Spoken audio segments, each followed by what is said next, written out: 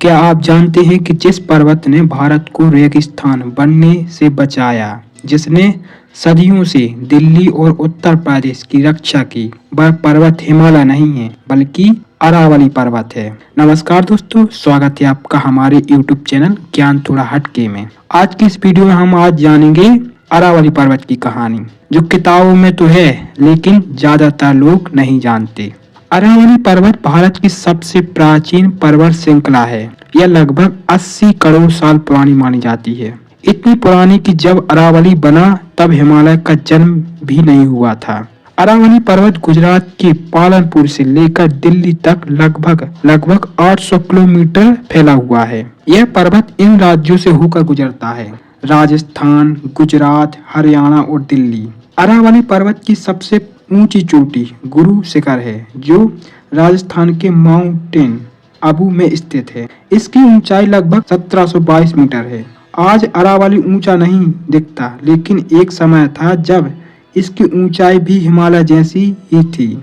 अगर बात करें इसके इतिहास की, तो यह पर्वत लगभग 80 करोड़ साल पहले का माना जाता है। इस पर्वत की ऊंचाई की बात करें तो यह हिमालय पर्वत के बराबर मानी जाती थी, लेकिन तेज हवा, बारिश और समय ने इस पर्वत को घिस दिया। इसी कारण पर्वत की ऊंचाई बहुत ही कम, लगभग 100 मीटर से कम मानी जाती है। लेकिन ऊंचाई कम होने के बावजूद इसका महत्व कभी कम नहीं हुआ। अरावली पर्वत ने राजपूतों के समय उत्तर भारत के विदेशी आक्रमणों से बचाया। यह पर्वत संकट के समय में एक प्राकृतिक दीवार की तरह काम करता था। अरावली पर्वत थार रेगिस्तान को दिल्ली और हरियाणा तक फैलने से रोकता है। अगर अरावली ना होता तो आज दिल्ली भी रेगिस्तान।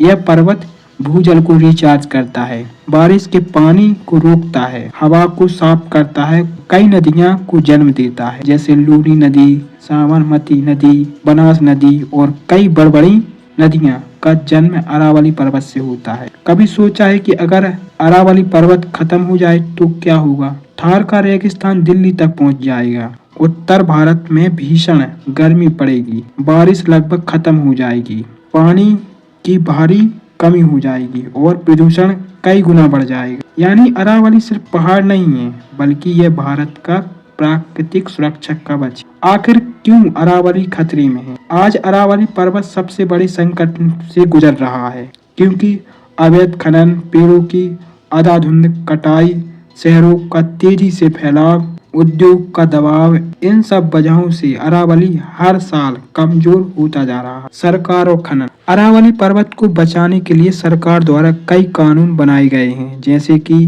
कई इलाकों में इको सेंसिटिव जोन घोषित किया गया। सुप्रीम कोर्ट ने खनन पर रोक लगाई, लेकिन सिर्फ कानून से कुछ नहीं हुआ, जन जागरूकता से ही अरावली बचेगा। हाल ही में सुप्रीम कोर्ट के द्वारा एक आदेश जारी हुआ, जिसमें 100 मीटर से नीचे वाले पर्वत नहीं माने जाएंगे। जो पर्वत 100 मीटर से ऊंचा वह पर्वत कहलाएगा। लेकिन अरावली पर्वत की ऊंचाई 100 मीटर से कम है, इसका मतलब अरावली पर्वत नहीं है, इसका खनन होगा। अरावली पर्वत क्यों खास है? अरावली पर्वत हिमालय से भी पुराना है। यह दुनिया की सबसे पुरानी पर्वत श्रृंखलाओं में से एक है और पहले यह पर्वत बर्फ से ढका हुआ था। आज यह भारत को रेगिस्तान बनने से बचा रहा है। अरावली पर्वत कोई साधारण पहाड़ नहीं है, बल्कि यह हमारे अतीत की पहचान और हमारे वर्तमान का रक्षक है और हमारे भविष्य का उम्मीद भी। अगर हम आज अरावली को बचा नहीं पाए तो आने वाली पीढ़ियां हमें कभी माफ नहीं करेगी। अरावली खड़ा है सदियों से। अब सवाल यह नहीं है कि अरावली हमें क्या देता है, बल्कि सवाल यह है कि क्या हम अरावली को बचा पाएंगे। हिमालय की तुलना में यह कई गुना प्राचीन है और इसे दुनिया की सबसे पुरानी बलित पर्वत श्रृंखलाओं में गिना जाता है। अरावली का नाम संस्कृत के दो शब्दों से अरा और बलि का अर्थ है कतार या श्रृंखला को मिलाकर इसका शाब्दिक अर्थ हुआ चोटियों का कतार। अरावली पर्वत में संगमरमर, पत्थर,